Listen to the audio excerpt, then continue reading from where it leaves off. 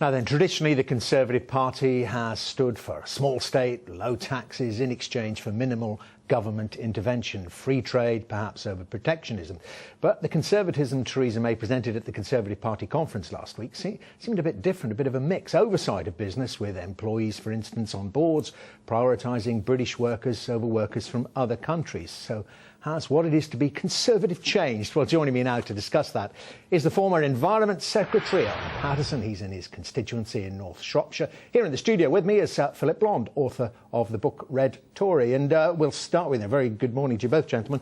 Phillip, has it changed? Has there been a fundamental and seismic shift by Theresa May away from just a few months ago what David Cameron represented? Yes, I think it has changed. And I think we live in a time, it seems, of seismic shifts.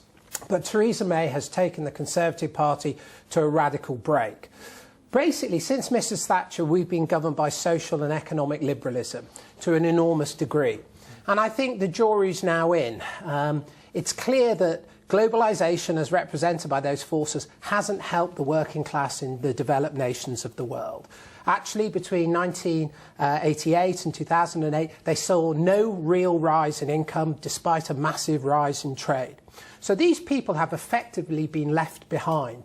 And what Mrs May has rightly, in my view, said is we know that it's the economic and social liberalism that we've followed that has essentially put these people in this terrible position where it's looking very hard to get them out of. So she's broken with that, and she's done what really I argued David Cameron should have done back in 2010. This is radical red Toryism.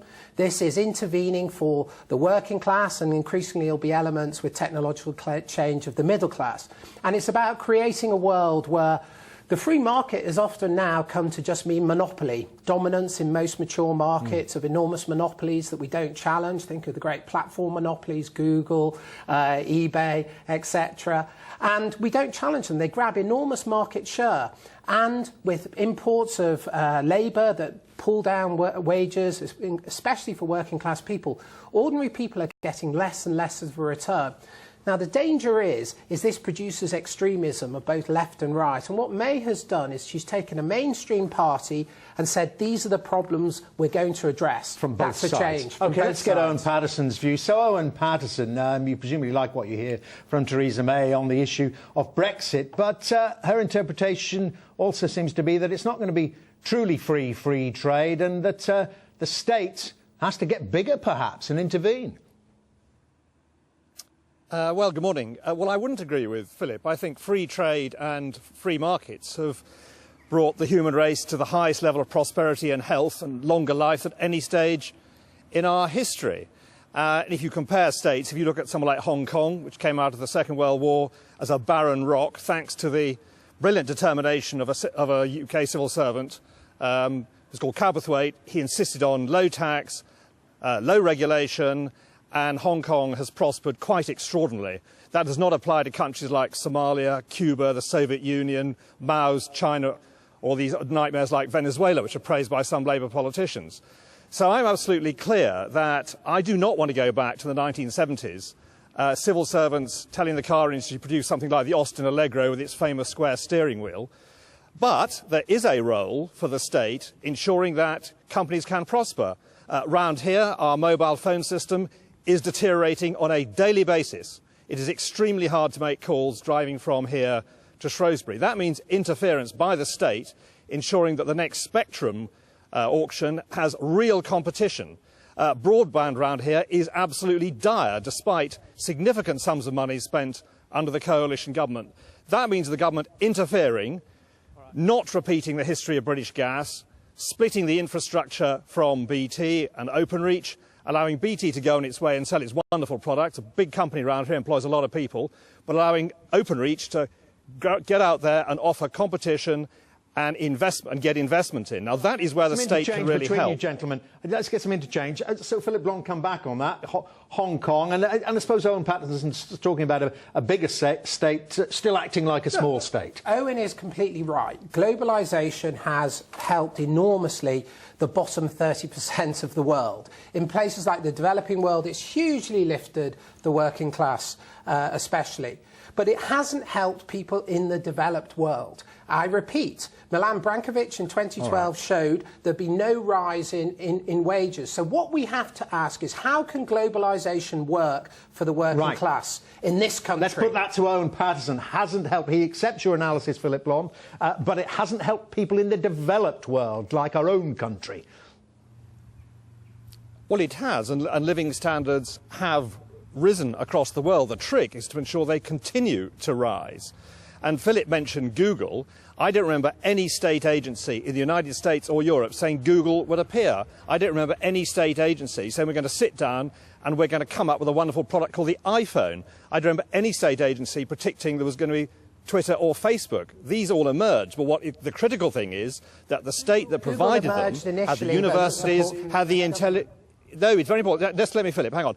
I think we agree on this. It's really important that the state provides the right conditions of low tax and low regulation to allow brilliant entrepreneurs to prosper and have access to a pool of really skilled, well-educated people who will bring people from every walk of life so they have every possible opportunity to use their talents and develop exciting new products which people haven't thought of. There's someone this morning, someone sitting down has got a brilliant idea, sitting in a bedsit, we know nothing about it. That person will be a multimillionaire in 5 or 10 years' time. And neither Philip nor I can tell you who the hell it is, in what country, but that is happening now. The trick is that the country that provides that... We'll come back on this. The key question is... ...will benefit will be the one that provides the education and the circumstances they can prosper. Yeah, I mean, just come back to that. I mean, is that person sitting in their bedsit, is that person going to find it easier under Theresa May's government to see this brilliant idea turn into a brilliant business? Look, I repeat, I mean, I think Owen is factually wrong about where the working classes are in this country over the last 20, 30 years. White working class people has never had it so tough, particularly as Theresa May pointed out. But the point is I'm completely with Owen in the sense that the role of the state is to create a fair market. But what we have now is the free market has essentially been captured by monopolies and massive economic concentration that essentially prevent new market entrants into most mature markets outside of tech. And that means that most people aren't going to be able to get ahead through small and medium-sized businesses. And that's urgently what we need. We need to look again at competition law. And if we're going to make the rhetoric of entrepreneurship a reality, which I want, we've got to be hugely pro-small business. Just want to get Owen Paterson's a sense of that. Could you agree with that, Mr. Paterson? Oh, I totally agree with that. I mean, if you take one area of energy policy where there's been a consensus across parties, we're in a disastrous position here where our energy is significantly more expensive than our competitors. So you take the company making aluminium up in Northumberland, Linemouth. That company was driven abroad. The plant has been closed down. Several hundred highly skilled people not employed there anymore. The company's gone back to Canada.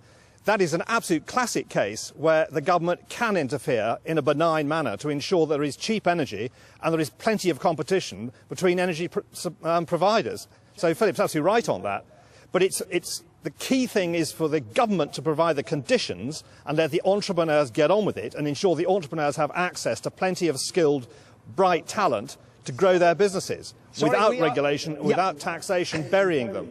Right, we are out of time. I'm very sorry, gentlemen. Thank you very much indeed. Owen Paterson, Phillip Blond, very good to see you.